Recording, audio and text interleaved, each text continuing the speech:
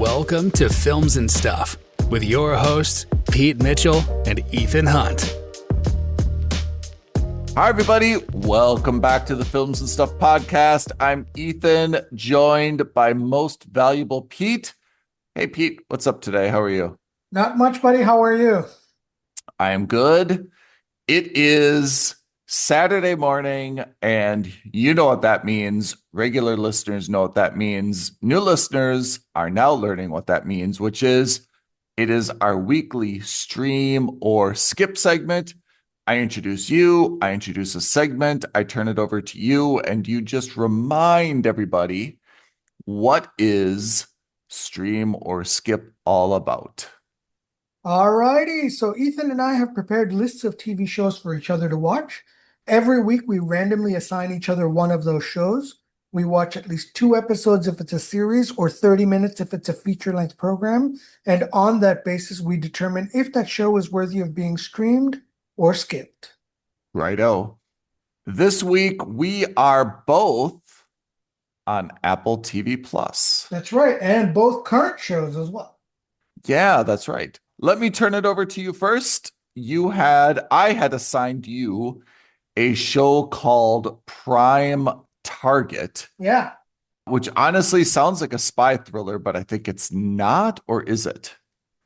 It's not really. It's a drama slash thriller slash mystery.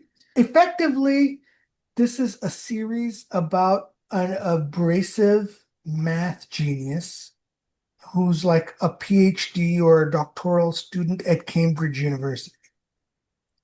And he's convinced that there's some kind of pattern or sequence that can be derived from prime numbers.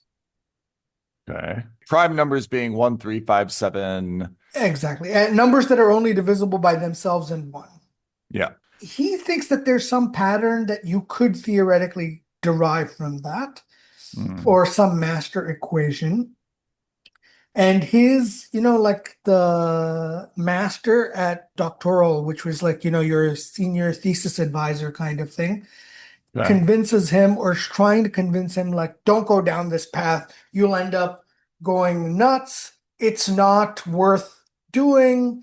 You're a super smart guy, but this is like not a feasible way to go because, like, theoretically, the pattern of prime numbers has been long theorized for centuries, and no one has found a solution because they don't think it's possible. Like, they think it's one of those few things that are not possible.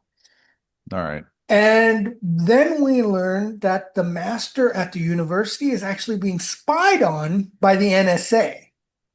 Ooh. And so this is only 8 episodes. I watched all 8, but I didn't watch all 8 because it was a riveting show that I had to see. I watched all 8 because, unfortunately, too many mysteries, not enough solutions. We've heard that before on Apple. Not until, I think, like episode 6 or 7, where it kind of came out why this was so important, the theory of prime numbers. And, spoiler alert, the reason everyone is looking out for this or trying to prevent this from happening, all these different government agencies, is because prime numbers are the basis upon which modern day encryption of data is set up. That's the big, I don't know what you would call it, like the takeaway or the big reveal, which is, oh, if this guy can break this code, then we can't encrypt anything, right? Or theoretically, he can decrypt anything.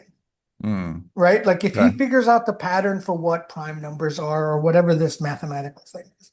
Is this true or is this? I don't know. Maybe not. Who knows? So you learn that the NSA is involved, that they've been monitoring mathematicians all across Europe. And the reason they're doing that is because they themselves cannot solve this. So they're looking out to either stop people who are close to solving this or to steal their research. It's fine. It's a strong mystery. It's a decent mooch. Is it compelling? But it's not compelling. And I'll tell you why it's not compelling. The mystery itself isn't bad. The back and forth isn't bad. Honestly, this is the first time I've made this criticism in 3+ years of doing this show. All right. New The criticism. acting was horrendous. Oh, yeah. And Lee like it's Woodall. rare to say that. Like I don't say that because it's a really mean thing to say about someone's livelihood.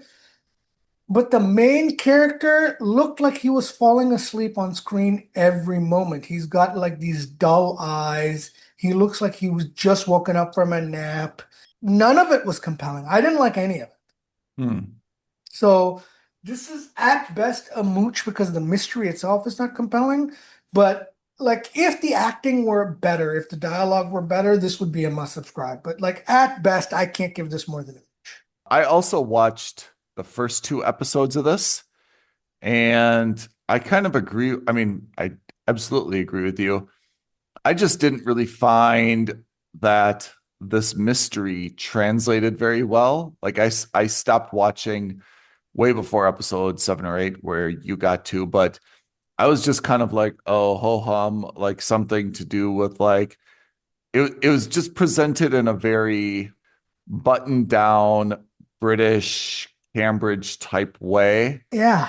And I agree with you. There's just like they really made this guy like wear a lot of like tweed jackets, and it was just very academic. And I felt like, okay, there's going to be some type of like mystery here with his research, and but he was just kind of like this, oh, the only thing that matters to me is my maths and taking notes, and I reject everything else that's like technology or social or everything in the world. I'm Yeah. just like so lost in my own little world that I'm oblivious to like normal social customs and friendliness and courtesy and stuff like that. Yeah, exactly. I mean, and I think I don't know whether that's true or that's a stereotype, because to be honest, I do not know any single mathematician in my life. But I feel like that's really perpetuating this like awful stereotype that I agree that mathematicians generally are not the people who are the life of the party. They're generally not also, like sports fans and like into pop culture, but it doesn't mean that it can't be like semi-normal. You Yeah, don't have to exactly. like, And this guy, like the Big Bang Theory made a joke about those yeah, kinds of people, right? yeah, And like it was comedic for that effect. right. This is neither dramatic, it's neither funny, it's nothing. It's bland milk toast behavior. Yeah. So yeah, this is a mooch at most. The idea of kind of going into the university and trying to make something, it's a little bit like A Beautiful Mind. It's a little bit like Goodwill Hunting, right? Where you try to Yeah. make math. I don't know if you would say try to make math cool, but you try to make it important and remind everybody that, some really important modern day technology is based on these very old, kind of like chalkboard concepts and theorems and stuff like that. But I don't know. I feel like it's hard to get enthusiastic about it. So this is Prime Target, Apple TV Plus. You've given it a mooch. Yeah. All right. All right, this one I'm excited for. Oh, okay. Uh-oh. Uh-oh. I'm going to say no spoiler alert, but I think you heard from my tone and my inflection how I feel about this. This is Chief of War, Apple TV Plus, starring Jason Momoa. Full stop. Sounds like a great series, right? Yeah. If you just said it's about Chief of War, Jason Momoa, Apple TV Plus, automatically you're going to get some viewers. And this is, I don't want to say pet project because I think that minimalizes it, but it's a project that he co-conceptualized, and it is based on true events. And you could call it like a Hawaiian historical drama about the four different, maybe say, kingdoms or tribes on the Hawaiian islands of Hawaii, Maui, Oahu, Kauai, and how they, basically fought in the 18th century. So, you know that I'm not really into period pieces. To be honest, I've never really considered Hawaiian culture. So I guess that's probably cuts both ways in that it's not something I'm familiar with. But the flip side is it would be a new subject matter. So I approached this, I guess, with a little bit of enthusiasm, namely because it was Momoa. Yeah. The Momoa that I think you and I remember was kind of the Baywatch Momoa, Yeah. the early Aquaman Momoa, Drago, right? Dothraki, the guy who was like really like the physique and the body was like Schwarzeneggian, right? Like, I Yeah. mean, he was ripped. Yeah. Now he's 46 and definitely he's still fit for a 46-year-old. And I don't know if this is intentional to be historically accurate because guys probably weren't super like jacked then, or if he's just kind of gotten lazy and a little bit old. But I mean, you see him running around in a loincloth a lot. So there's a lot of like butt cheek. And I mean, to be honest, it is not a role where he would be like, hey, I'm in the best shape of my life for this role, right? Like, not like the Aquaman kind of, biceps bulging, six pack kind of role. He looks like a pudgy Hawaiian warrior, which is, Okay. again, I don't know if he did it to be historically accurate. And he's like, hey, I'm going to start eating a little bit more junk food and get off my no carb diet. Or if he's like, who cares? I'm at that age where I can just do what I want and, it'll be fine. So that's physically one thing that you have to be prepared for is that there's a lot of butt cheek in this. The other thing you have to be prepared for, and this is a compliment of the highest degree, but also criticism. The early episodes of this show are primarily in the historical Hawaiian dialect, Okay. which is amazing for cultural preservation and so forth. That means it's also everything is subtitles. And also, unlike something in French, Spanish, something that you and I could kind of follow a little bit if we're not looking at the screen, there is zero recognition of any single word if you're not following the subtitles. And that's tough, first of all, to not understand any single word, and to be honest, to not know if they're actually just making up words and sentences or if it's accurate. I researched, and it apparently is historically accurate. And Momoa, who was not a native Hawaiian speaker, actually immersed himself in the language and got pretty decent for the show, which is a huge compliment. But as a viewer, I found that very annoying. And I understand that after kind of like episode 3 or 4, there's more English introduced to the show, but it still relies heavily on the native Hawaiian language. The other part of this, and this is going to sound, I don't mean it to sound as bad as it does, but all the characters have names that sound alike. And to be honest, because they're all kind of like half naked warriors, they look a little bit alike. I don't know who is who. Like after 2 episodes, I honestly, apart from Jason Momoa's character and like the big boss, I cannot tell you who is who, and I cannot tell you who they are talking about when they're having conversations. Like instead of saying, hey, go on this mission and take Pete with you, they'll be like, you guy, go on this mission and take that person with you. I have no idea who they're talking about. It's not intended to sound as racist as maybe it does, but like all the names sound alike to me. And to be honest, I don't know when they're saying a name and when they're saying a word. Right. Like Right. they could say like, take that gun with you, and I wouldn't know it. I have to read the subtitles and they say, take this person with you. I'm like, and they all have like, I'm gonna butcher these names. Ka'iani, Ka'amapu, like Kwapu. I'm like, who is that? Like, I don't know who is who, right? Like, it's very, very confusing, even with the subtitles, to say, like, well, I don't know if I trust this guy, and they're translating it. I'm like, okay, who is that guy? I don't know that guy. Like, I'm so confused. Who is who in the show that the plot is, to be honest, really lost on me. Absolutely fantastic job by Momoa and his other, creator, that they have really introduced like a lot of authenticity about the Hawaiian Islands. Apparently, they built the boats from scratch using the original ancient way. A lot of authenticity. I applaud that.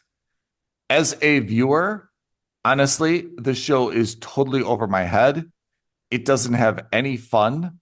I'm completely lost in terms of the plot and who is who. I mean, and that's bad. It's bad that I've watched 2 episodes and I really, really cannot explain to you in any meaningful way what exactly is the problem, apart from the fact that there's multiple tribes and one tribe is trying to wipe out the other 2 tribes. So the other 2 tribes that don't really get along historically decide to team up and name Momoa as the captain, right? The chief of war, because his dad was a great warrior and he was a great warrior and he was kind of in exile because he didn't want to fight.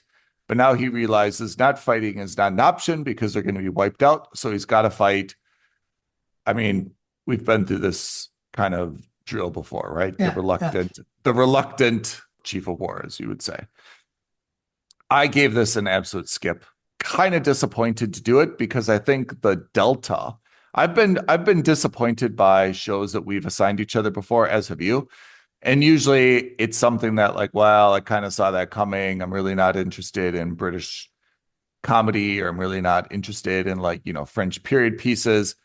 And we usually try to say something nice about the show, say, oh, it's so well done and so thoughtful, but it's just not my bag. So it's a skip. This one, the same thing. The subject matter, I think, is great. I think the cultural preservation is great. The awareness is great. The dedication to authenticity in the local language is great. Yeah.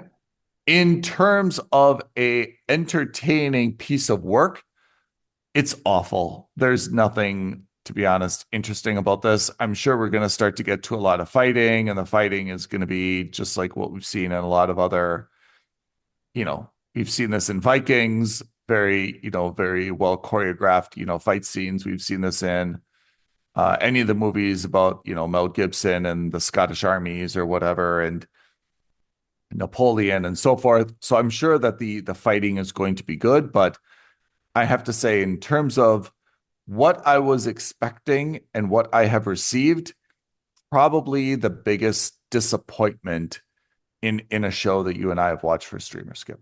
Ouch. Ouch. Yeah.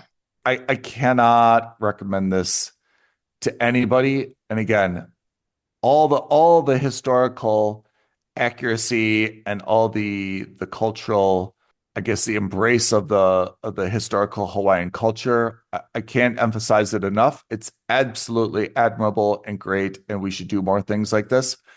It's not a mainstream show on Apple TV Plus simply because it's very hard to follow.